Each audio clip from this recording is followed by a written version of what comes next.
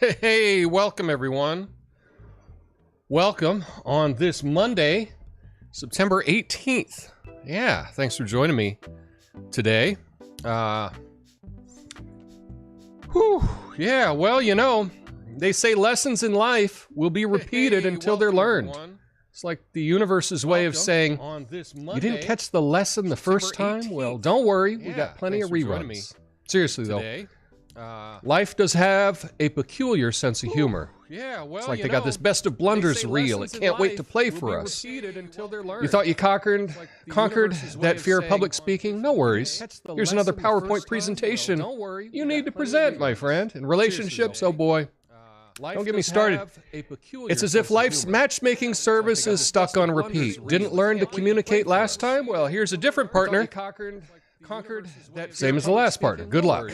Now, I gotta admit, there's something poetic about this. It's like life is trying to teach us some grand cosmic lesson. We're all stuck in this sitcom with ever-rotating cast of characters. Will they finally get it?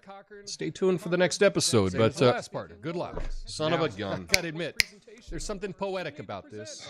It's like life is trying to teach us some grand cosmic lesson. We're all stuck in this sitcom with ever-rotating cast of characters. Will they finally get it? Stay tuned for the next episode. Check. Good luck. Son of a gun. I gotta admit, there's something poetic about this. It's like life is trying to teach us. Can you? Fuck. We're all stuck in this sitcom with ever-rotating cast of characters. Will they check. Stay tuned for the next episode. Check. Check.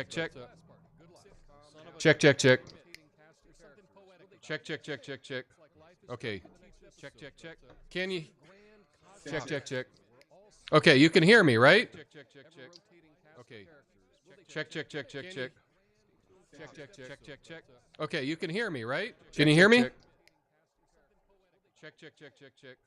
Okay. Check. Can you? If you can hear me, okay. I don't know. Give me a flame in the chat. Okay. Check.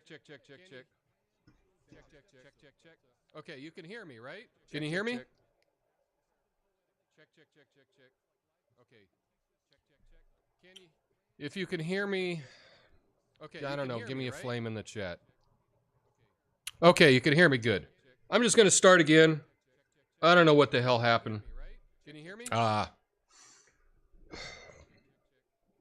Yeah, let's try it one more time. You can hear me. Okay, you can hear me good. I'm Take two. Start again. I don't know what the hell happened. Yeah, let's try it one more time. Well, you know what they say. I didn't plan this. But lessons in life will be repeated until they're learned. Oh yeah, it's the universe's way of saying you didn't catch the lesson the first time? Don't worry. We got plenty of reruns. Seriously though, life does have a peculiar sense of humor. It's got this best of blunders reel. It can't wait to play for us. And you thought you conquered your fear of public speaking? Here's another PowerPoint you must present, my friend. In relationships, oh boy, don't get me started. We got plenty of reruns. Seriously though, echo. You still hearing an echo? Peculiar sense of humor. It's got echo. This best of blunders reel. It can't wait to play for us. And you thought you conquered your fear of public speaking? Son of a gun. There's another PowerPoint you must present, my friend. All right. Hopefully the end of the echo is there, and I'm going to keep plowing ahead. And relationships, oh boy, don't get me started. It's like life's matchmaking service is stuck on repeat. Don't learn to communicate last time? You didn't learn last time? No? Here's a different partner. Exactly the same as your last partner. Good luck. Now, I've got to admit, there's something poetic about it. It's like life is trying to teach us some grand cosmic lesson, and we're all stuck in this sitcom with ever-rotating cast of characters. Will they finally get it? Stay tuned for the next episode.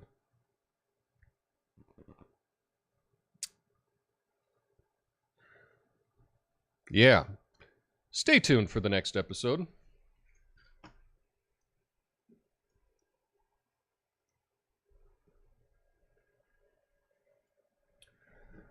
But here's the deal. Through the absurdity of existence, it's up to us to pay attention. We've got to spot those recurring themes, those deja vu moments, and say, hey, maybe I should actually learn this time. Yeah, because here's the secret sauce. Life isn't just a rerun. It's a choose-your-own-adventure story. You get to decide whether you'll replay the same old episode or write a brand new script. So the next time life throws you a curveball, remember, you can break the cycle. You can outsmart the universe, perhaps. You can darn well learn from your mistakes, because in the end, life's lessons are the reruns we don't have to watch if we're paying attention. My name's Tom Coffey. This is the Coffee Nuance Show, the best censored commentary news show live right now. Flame on.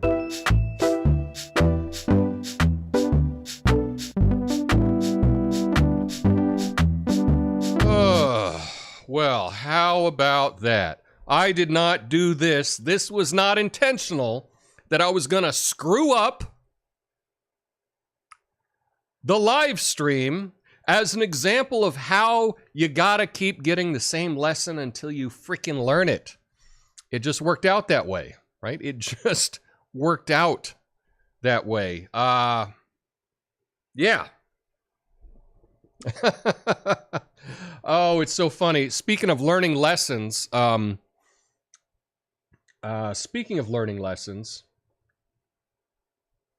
you think I'd learn. But last night, I was working, putting together the show, and something didn't work right, and then I got a thing that says, oh, update, should we update this program? And I wasn't paying attention. I clicked, yeah, update. And then everything went to hell, right?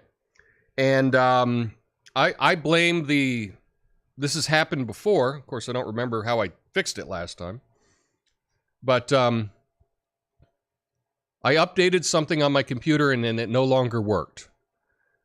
Nothing worked. The camera would not interact with my little video switcher and all this kind of stuff. It wouldn't work. And then I spent hours trying to fix it, and it's like that's when I thought, you know what? I'm gonna keep getting this lesson. I'm gonna keep getting this lesson. It's gonna keep being presented to me until I freaking learn from it, right? And so I think I've come up with a way to make sure that these computers are good. I need to have a backup, right? So originally my idea was that I would have one portable hard drive and I would use it to back up all my computers. And that got complicated and I just didn't do it. And sometimes we make things too complicated that we don't follow through and finish it. So what I've decided to do is I'm going to buy an external drive for each of the computers and to back them up on their own drive. And then if something goes wrong, I can restore it to the way that it was before. And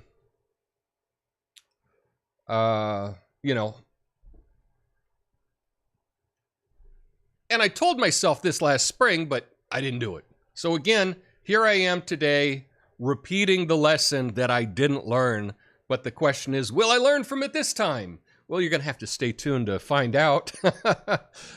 But I want you to think about that as well. Is there a lesson the universe keeps telling you and you keep not getting it? Think about it. Is there something that keeps repeating and keeps repeating?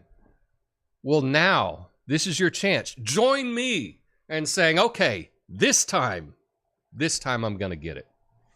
And I mean it, and we'll see. We'll see how that works. Anyway, we got an interesting show for you today. This is not the final form of the backdrop. I got more stuff that I wanted to do, but last night I was frantically trying to fix all this whole system. So whatever, it is what it is. I got a couple of stories to get to today, as well as ending on some good news. And first up, I guess we got to talk about Russell Brand.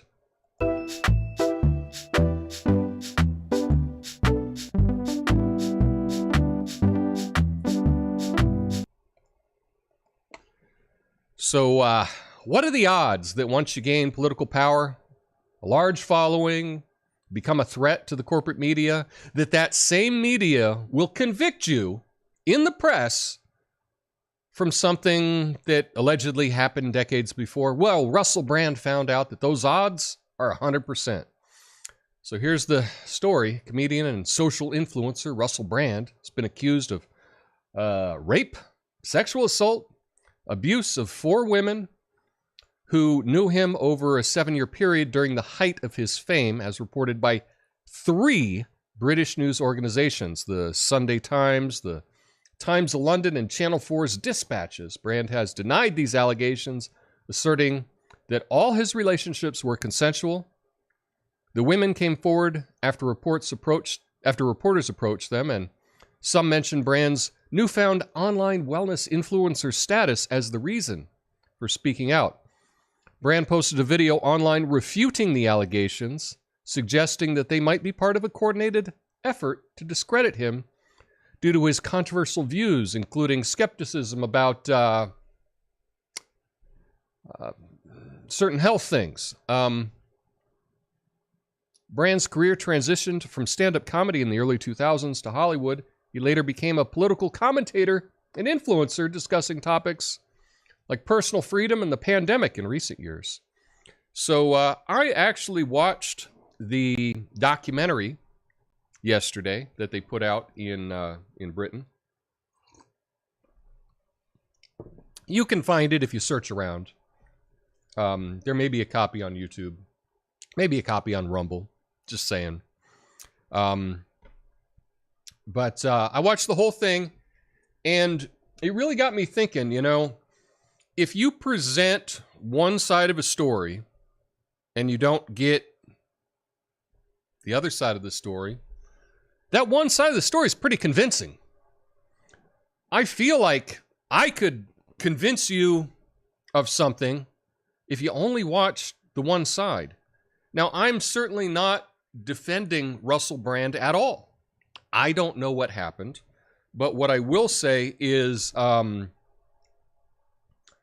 lot of the allegations are not exactly, when you get into the details of them, they're not exactly what the headlines say. Yeah.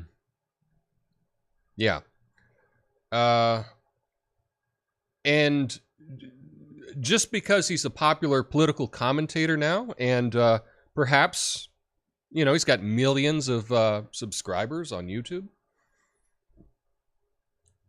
Upcoming election, he has thoughts on that, and you know, the same people that have hidden my channel, the same people that have made it so that my channel does not appear in any search engines, probably don't care for the things that he's talking about in his channel either. Now, it's not enough just to make his channel not come up in search. He's got millions of people, right? So that's not going to work. Well, what else could you do? Oh, I know. But I find it interesting that 3 different media companies are working together and they're all putting this out on the exact same day. It does seem like it's a coordinated attack. Yeah, it does. And again, I don't know what happened.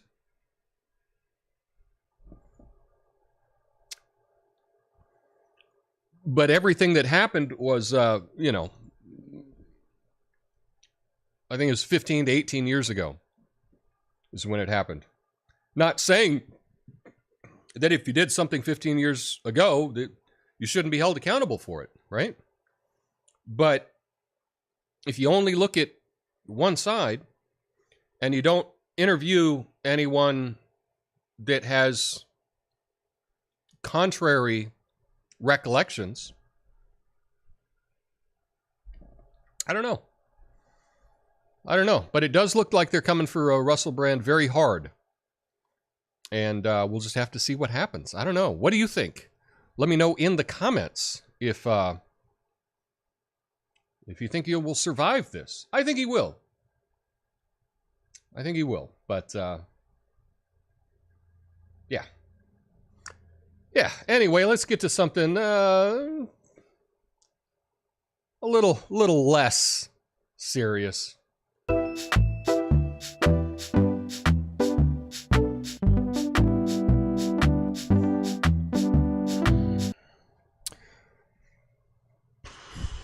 There we go.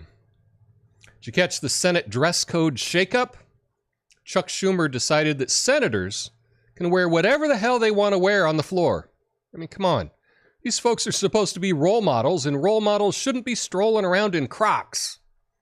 I'm usually against silly rules and regulations, but save the hoodie for the gym, okay?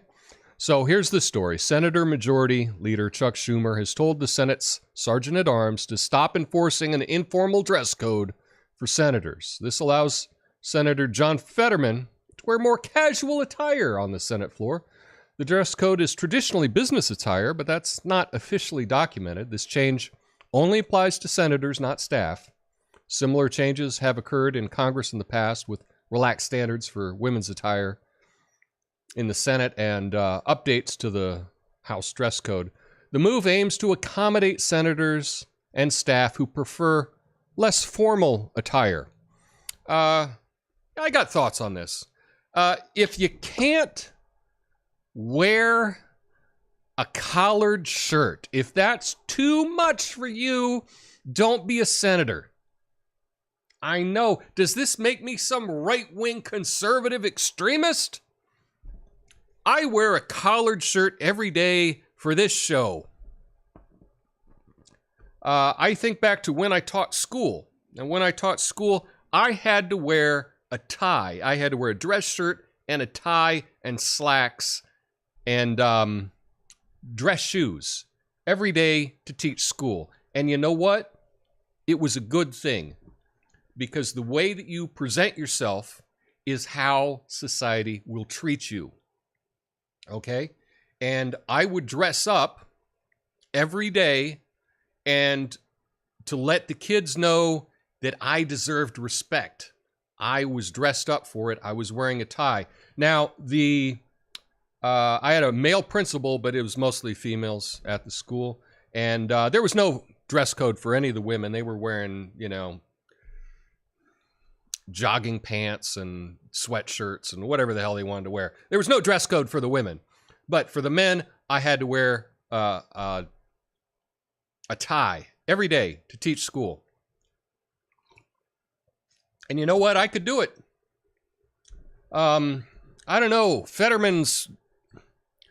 He wears basketball shorts and a hoodie? Really?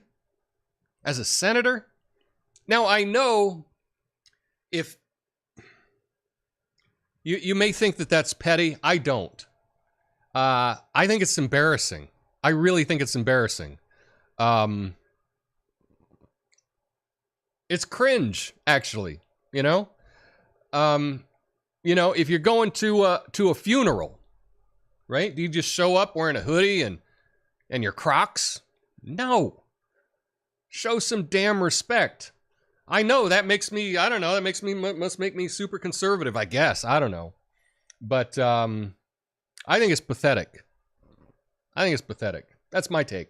But maybe you got a different take. Maybe you think senators can just,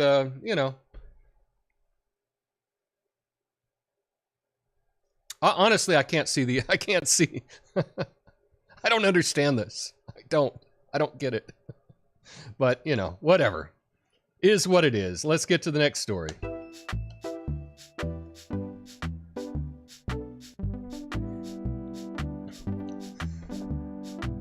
Oh, now, isn't it hilarious how Russia's foreign minister, Sergei Lavrov, accuses the U.S. of waging a secret war against them? It's like Russia's special military operation in Ukraine.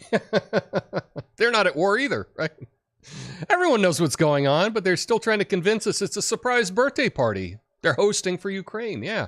Here's the story. Russian Foreign Minister Sergei Lavrov accuses the U.S. of secretly supporting Ukraine's fight against Russia with weapons, intelligence, and satellite data. The U.S. has provided significant aid to Ukraine, but denies being at war with Russia. Discussions about supplying long-range missiles to Ukraine, specifically the ATA-CMS system, are ongoing.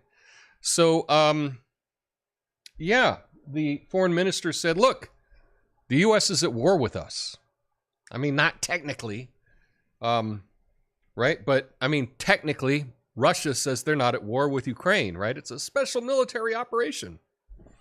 Maybe they've changed it. Maybe they've updated that. I don't remember.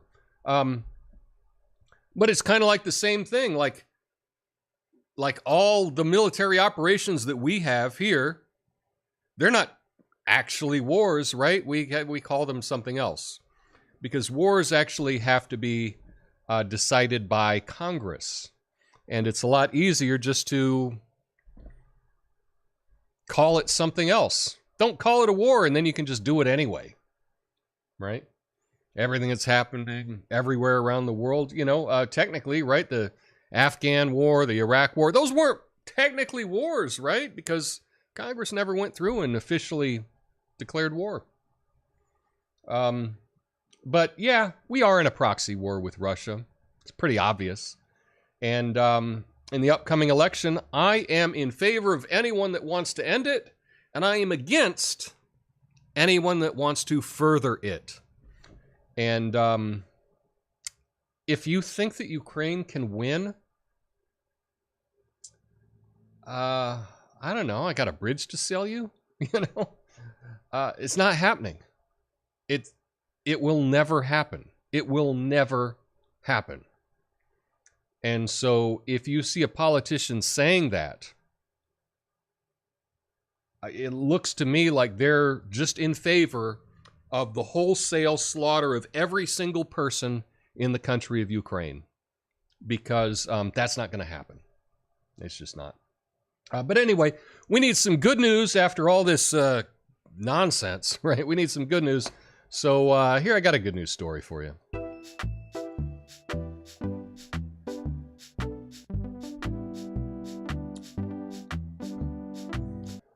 You know, folks, I read about this farmer who planted 1.2 million sunflowers for his wife on their 50th anniversary. Now, that's what I call some serious flower power.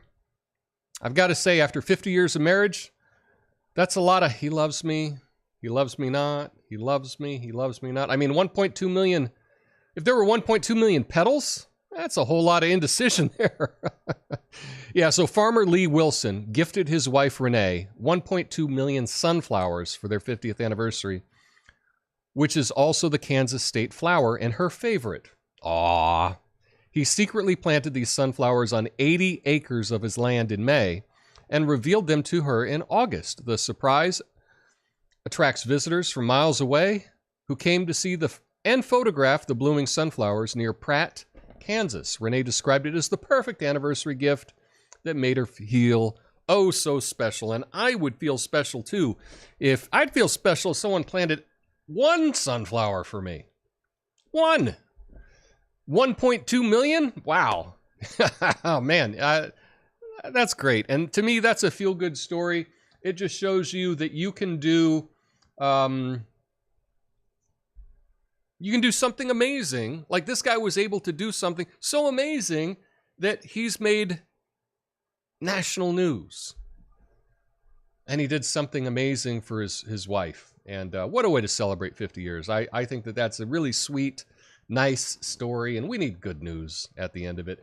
Stick around for the after show. I'm going to go through all of your comments.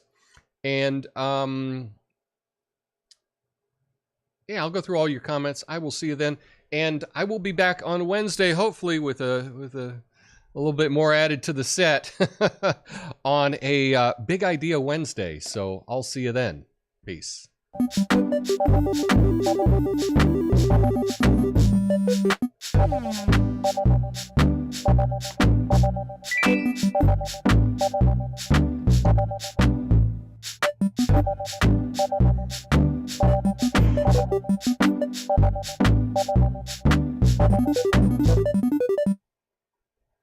Boom. Well, thanks for making it so far. And do me a favor.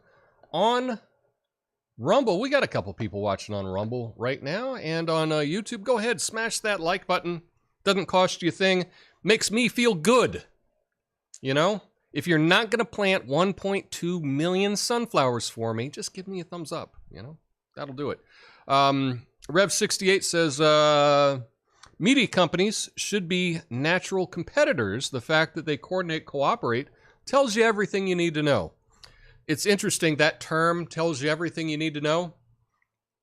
I've been thinking a lot about that term lately. And often, not in this case, Rev68, you used it perfectly. But a lot of times, people totally misuse that phrase. They'll say something and then say, that tells you everything you need to know. And it's like, no, it doesn't. No, it doesn't. Yeah, media companies should be competitors. And if they're all getting together, working together and releasing it all at the same time, makes you wonder. Makes you wonder. All right. Okay, so it looks like we're good. Boom, boom, boom. Got the echo fixed. Here we go. Your plan sounds good to me, Tom, but I don't really understand it. Well, that's okay. Just know that I got these computers, and sometimes things go wrong with your equipment, and you got to have a backup. You got to have a backup plan. Because if you got... I think there was an old military expression, 2 is 1 and 1 is none. Right? So if you got 1 of something, you can't really count on that. You might as well just consider that none. So if you got 1 thing, you should actually... you should have 2 of them. That way 1 goes wrong, you still got 1. So 2 is 1 and 1 is none. Something like that. Let's see. They're giving him the Danny Masterson treatment. Well, Danny Masterson was found guilty in a court of law. Russell Brand has been found guilty by the media. So it's a little different. We'll just see how it plays out. Natasha says, I like Russell Brand, although he's a bit hyper. I like Tom more. Well, thank you. Thank you. I wish I could be as hyper and as expressive as Russell Brand. Talk about someone with a lot of charisma. Just an insane amount of charisma. Someone like that has to be a star. If he weren't a movie star, weren't a comedian, he would be a big star doing whatever he did. If he worked on a car lot, he would be like their #1 salesperson, right? He just has that energy. 18 years is a long time to remember anything. I can't really remember last week, and I'm not doing any drugs. Yeah. I hope nobody got back to my childhood to get me back for pushing someone on the playground. Well, be careful, Lucid Moments. You know, you could be walking back from the grocery store and you could be identified. That was the guy that pushed me in 4th grade. You know? And I know these allegations are not the same as pushing on a playground. We're having fun here, okay? Lucid says, Natasha, I need drugs to remember that far back. Yeah. Soon they'll be showing up in pajamas. Yeah, I wouldn't be surprised. I wouldn't be surprised if Fetterman showed up with pajama bottoms on. You know, you see that in public, and if it's, I don't know, that kind of stuff is cute if you're like a college student or something, and then you go, because you act out a little in college, you know, you do that.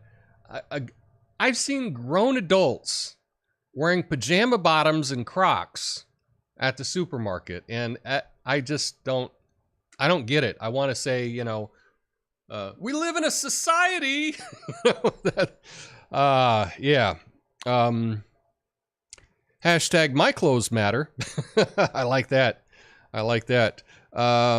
You wear the best shirts, Tom. Thank you.